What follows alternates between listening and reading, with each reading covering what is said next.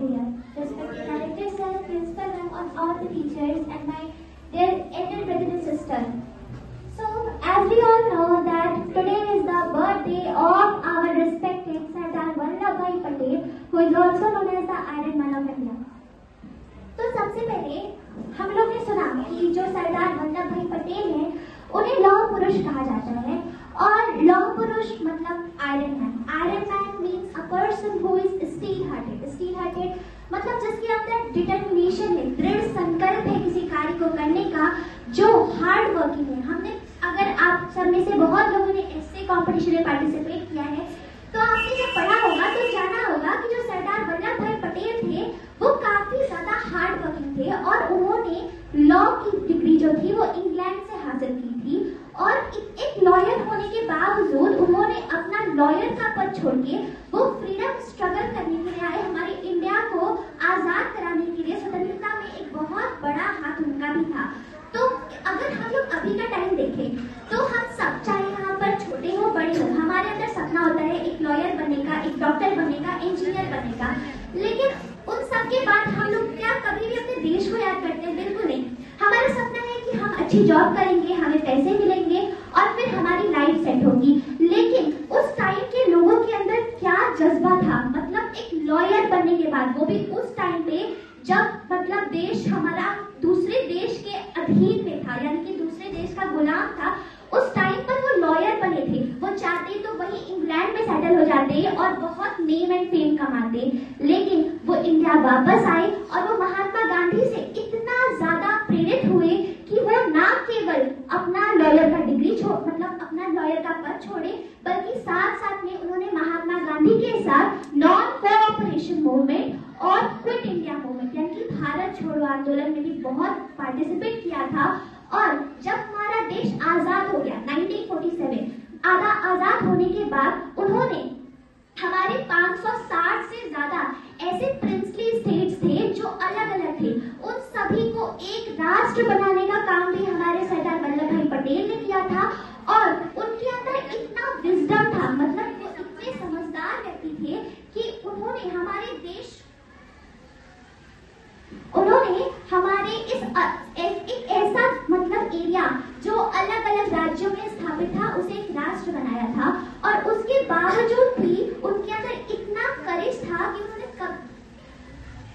उन्होंने कभी भी इस चीज का बढ़ावा नहीं दिखाया.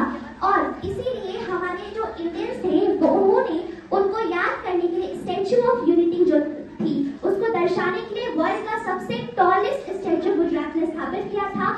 और जब हमारे सरदार वल्लभ भाई पटेल का देहांत हो गया, उसके बाद भी हम लोग बोलते हैं कि हम उनको हमेशा याद रखेंगे.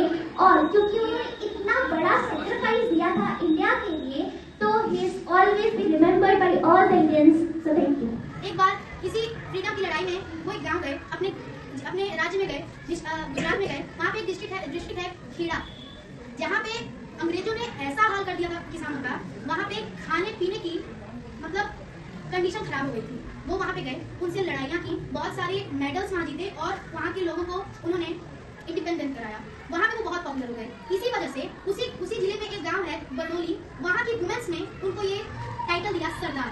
हमारे देश के आजाद होने के बाद वह भारत के पहले गृह मंत्री बने और पहले उप प्रधानमंत्री भी बने. उन्होंने बहुत सारे काम करवाए और उनका सबसे बड़ा हाथ इंडियन कॉन्स्टिट्यूशन यानी भारत के संविधान में भी था. ऐसी एक कहानी है कि जब भारत आजाद हो गया था तो हमारे पास इस समय 8 केंद्र शासित राज्य हैं, जिनमें से पहले सिर्फ और सिर्फ 6 हुआ करते थे और लक्षद्वीप पे अभी किसी की नजर नहीं थी.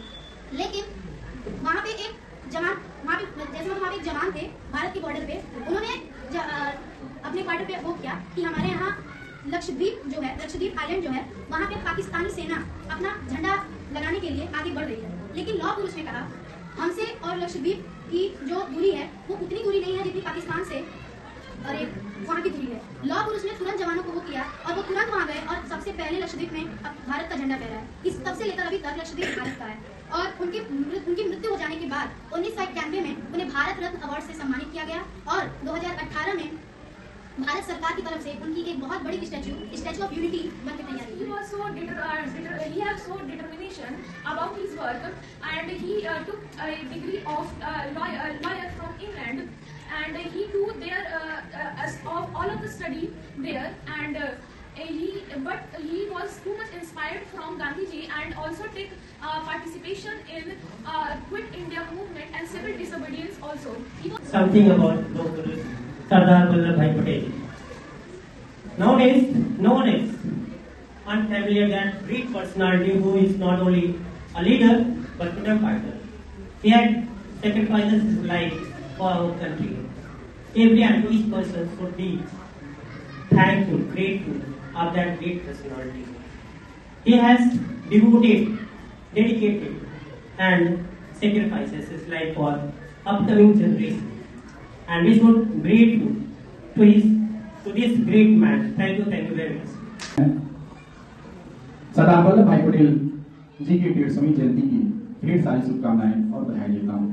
उपस्थित सभी गणमान्य लोगों को अपनी हृदय की गहराइयों से प्रणाम करता हूँ और प्यारे छात्र छात्राओं को आशीर्वचन देकर उनके उज्ज्वल भविष्य की कामना करता हूँ। सरदार वल्लभ भाई पटेल जी के बारे में जन्म से लेकर के उनके किए गए सभी कार्यों को इन नौनिहालों ने बड़ा ही अच्छे वक्तव्यों के द्वारा हम सभी के बीच रखा। मैं अभी कुछ देर पहले 7वीं घंटे में थोड़ा सा लाइन लिखा हूं, मैं वही आप सभी को सुनाना चाहता हूं, क्योंकि इनका जन्म हम एकता के रूप में मनाते हैं। अनेकता में एकता के प्रति भारत के धरोहर लौह पुरुष सरदार वल्लभ भाई पटेल।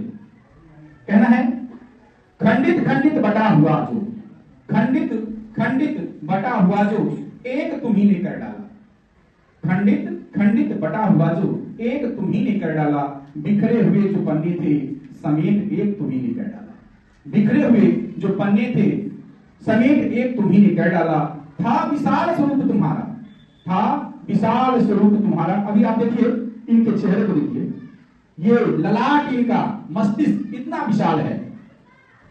था विशाल स्वरूप तुम्हारा दुश्मन भी थर्राते थे, था विशाल स्वरूप तुम्हारा दुश्मन भी थर्राते थे। अपने जो थे रूठे हुए, अपने जो थे रूठे हुए उनको प्यार से गले लगाते थे, उनको प्यार से गले लगाते थे।